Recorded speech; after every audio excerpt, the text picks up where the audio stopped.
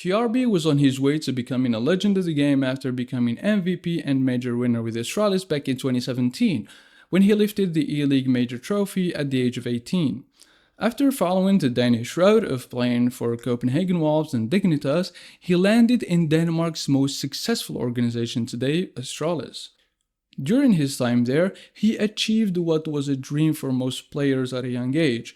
However, things crumbled like a house of cards when he unexpectedly announced his leave joining North, an organization that ceased to exist back in 2020. His captain at the time, Glaive, was speechless. While Kyaerbye described his leave as the hardest decision he ever made in his career, little did he know it was a decision that would kill his career in the following years. 2019 was a rough year for Marcus with North as they struggled to achieve any notable achievements. Though they managed to qualify for Stadtleiter Berlin Major 2019, they missed the cut and couldn't get past the legend stage, later sparking endless mental and physical problems. A year later, after he played for North, he developed various health problems and had constant breathing issues, abdominal pain, and cramps in his chest. Within 2 months, the young prodigy was replaced in North before he joined FaZe Clan and later Hyenas. Without finding any success after leaving Astralis and jumping from one team to another, he couldn't find motivation to compete anymore, resulting in a much-needed break. Marcus started living healthier and exercising heavily, which helped him stay physically and mentally fit before he announced his return to competition after almost a year on the sidelines. Despite playing for Endpoint for a short time, he was eventually released from the British organization to write his name and career on a gravestone.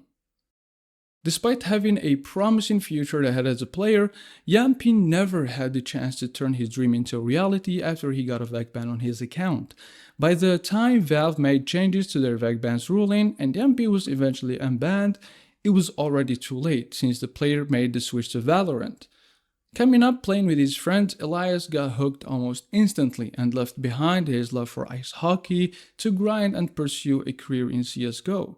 Before reaching worldwide fame, he made a name for himself in the Finnish scene by participating in LAN events where he left an incredible mark proving his dedication and strong mind.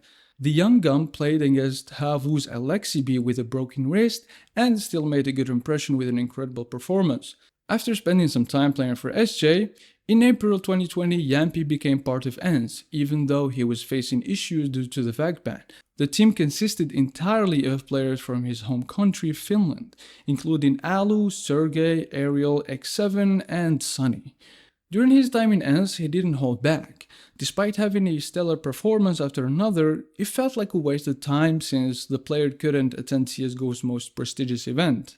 A brick wall that shattered his dreams and marked the end of what could have been an exceptional career. Na'Vi are the only team to attend every major in CSGO, but despite having such a milestone and later acquiring the best player in the world, they couldn't lift the trophy of the most prestigious event in the game. Not until the Boom took them to the highest heights and gave Simple his long-awaited major title at PGL Stockholm 2021. After being crowned as a major winner and on the world's biggest Counter-Strike stage, Boomy surprised the scene when he proposed to his girlfriend at the time, Lika Liquin Mikhailova. And I want to ask one question. Will you marry me, Lika? A proposal that later ruined his career with Na'Vi. During a sensitive time between Ukraine and Russia, as the conflict kept rising, Lika posted a picture with the Russian flag on her cheek, followed by a statement saying, "I love Russia so much. I was away for some time, but don't unsubscribe. There will be many more interesting things. I am with you." Despite many fans and public figures from the community demanding answers, both the player and the organization kept their silence. After an on and off relationship with his wife at the time, Boomich released a statement about the recent events and his ex-wife's actions. "I'm sorry for being silent for so long about everything that's going on, and for the inappropriate publications of my wife Lika. But I want to say that I'm for peace and against bloodshed. That's all I can say right now. We have the major ahead of us, and after that the club and I will decide what's next. I hope you will be supporting us at the tournament." After the major, Navi parted ways with Kirill. The organization explained that he wasn't excluded from the roster for his in-game performances, but rather due to high reputational risks for the club. We cannot censor what they write on social media. When we saw that stuff, we decided to find out why this had happened and discuss it. Now you can see the results of the discussion, says the CEO of Navi. On June 8, Boomish decided to get a divorce from Lika, but unfortunately she reacted in a toxic way to what had happened, leading to multiple accusations and allegedly posting the player's video doing some type of drug, in addition to publishing incriminating information, accusing Boomish of physical and mental violence. The major winner decided to sue his ex-wife for libel and blackmail and continue his career. After 9 months on the sidelines, he joined One Win earlier that year and tried to save what's left of a damaged career after being on top of the world with the best players for 3 years.